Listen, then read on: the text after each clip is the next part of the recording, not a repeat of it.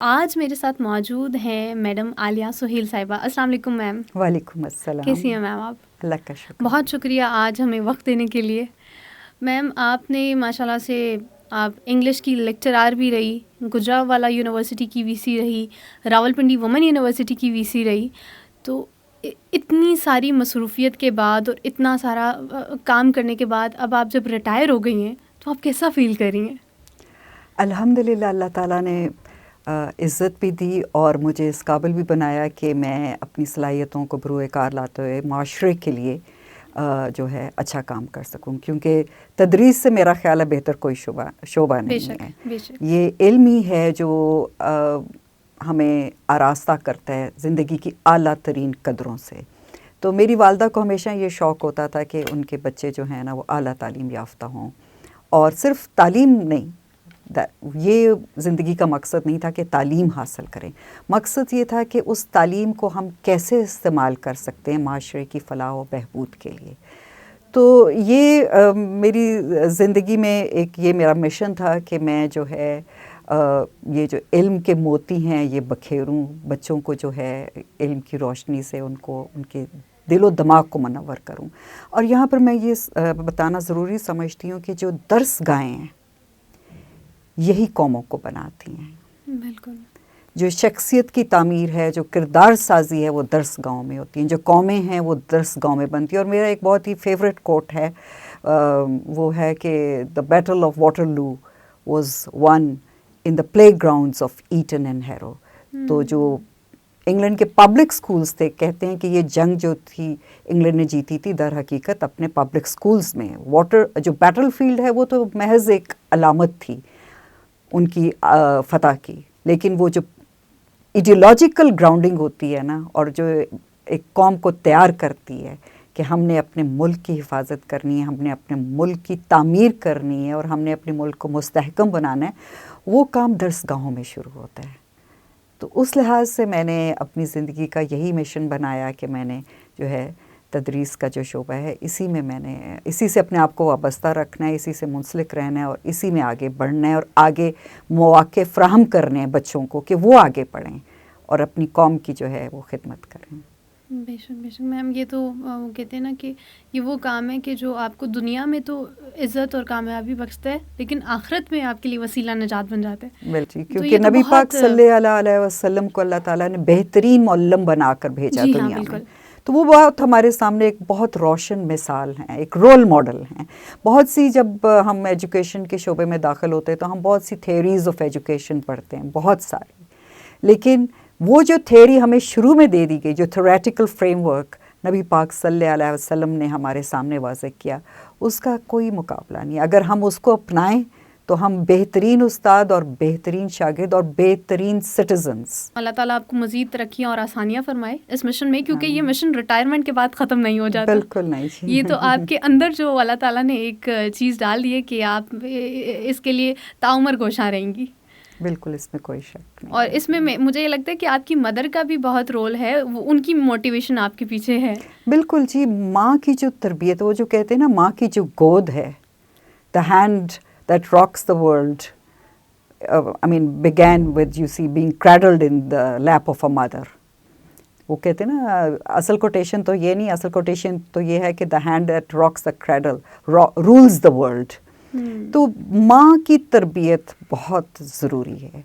مجھے یاد ہے کہ میری والدہ جب ہم چھوٹے چھوٹے تھے تو ہمیں کہانیاں سنایا کرتی تھیں, اور کہانیاں وہ کیا ہوتی تھی, ہر قسم کی کہانی سناتی تھیں, لیکن زیادہ تر کہانیاں وہ اسلامی تاریخ سے سناتی تھیں, اور صحابہ کرام کی, پھر اسلامی تاریخ کے جو مشہور جرنیل تھے, وہ سب ہمیں اس وقت جو ہے ہمیں بالکل جیسے کہتے ہیں نا ہمارے دل و دماغ پر نقش تھے. اور مجھے بڑے افسوس سے کہنا پڑتا ہے کہ وہ جو کلچر تھا اسٹوری ٹیلنگ کا, کہانی سنانے کا, اور اپنے روایت تھی, ایک دستور تھا ماں کی گود میں بھی اور اسکول میں بھی, وہ اب مجھے نظر نہیں آ رہا. اگر ہے تو کہیں بہت کم ہے, ادروائز یہ چیز انکا ہو گئی ہے.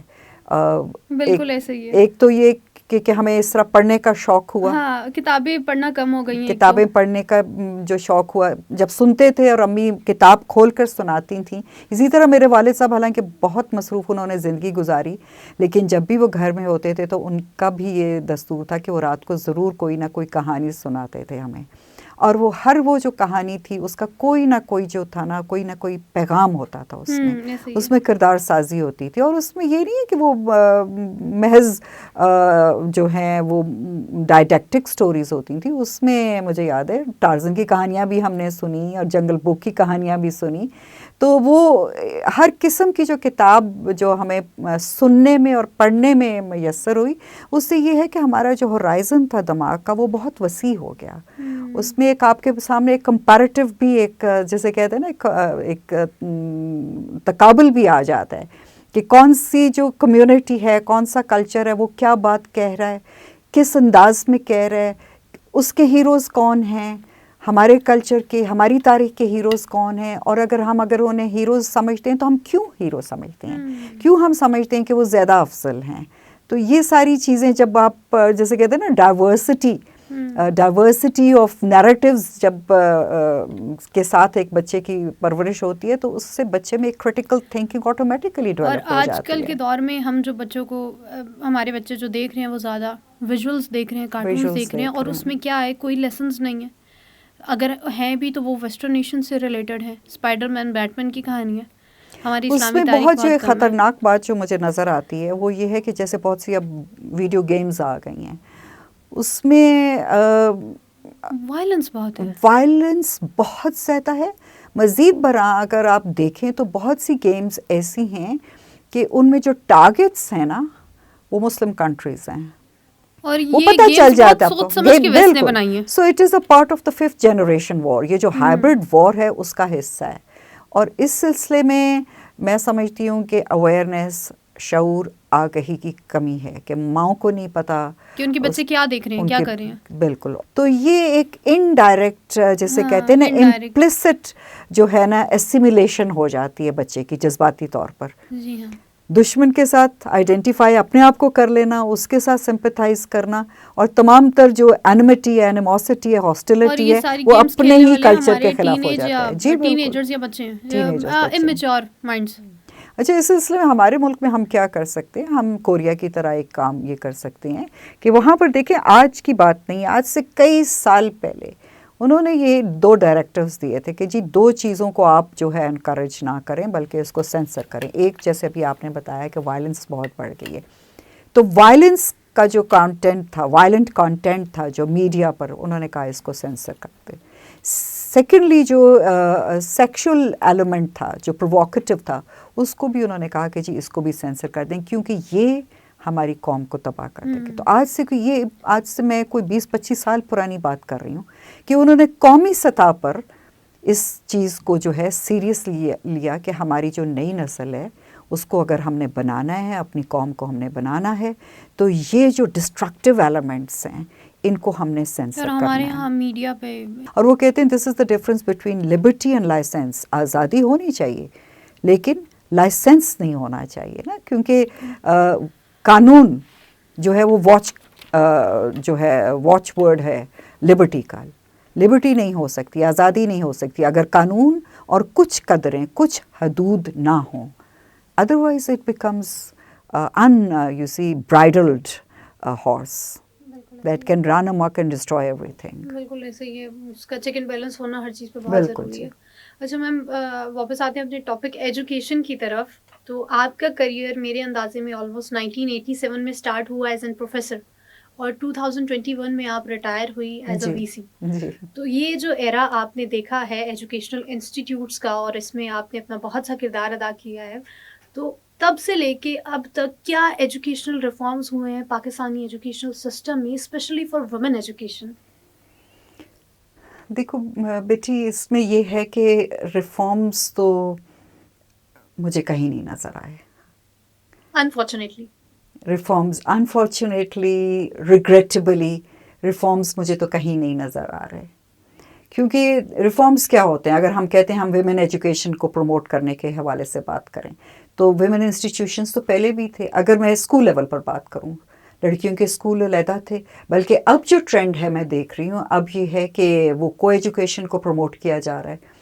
تو لڑکیوں کو اس اسکول میں اس کالج میں داخلہ تو مل جائے گا لیکن ساتھ ہی اس کے لیے مشکلات میں اضافہ ہو جائے گا, جسے کہتے ہیں نا کہ یہ ان سین ہرڈلز اور بیریئرز ہیں. آئی بلیو کہ سیگریگیشن آف جینڈرز ہونا چاہیے وہ زیادہ بہتر تاکہ بچیاں ایک ریلیکسڈ ماحول میں پڑھ سکیں. اب یہاں پر آپ دیکھیں کہ اسلام آباد کے جو فیڈرل کالجز ہیں, ایون پنڈی میں جہاں پر پوسٹ گریجویٹ کلاسز ہوتی ہیں اس میں لڑکے اور لڑکیاں اکٹھے پڑھ رہے ہیں, لیکن جب کہ لڑکوں کو آزادی ہے کہ وہ پلے گراؤنڈز میں آزادانہ گھوم رہے ہیں, لڑکیوں کے لیے ایک کمرہ ہے, کامن روم ہے, وہاں پر انہوں نے بیٹھنا ہوتا ہے.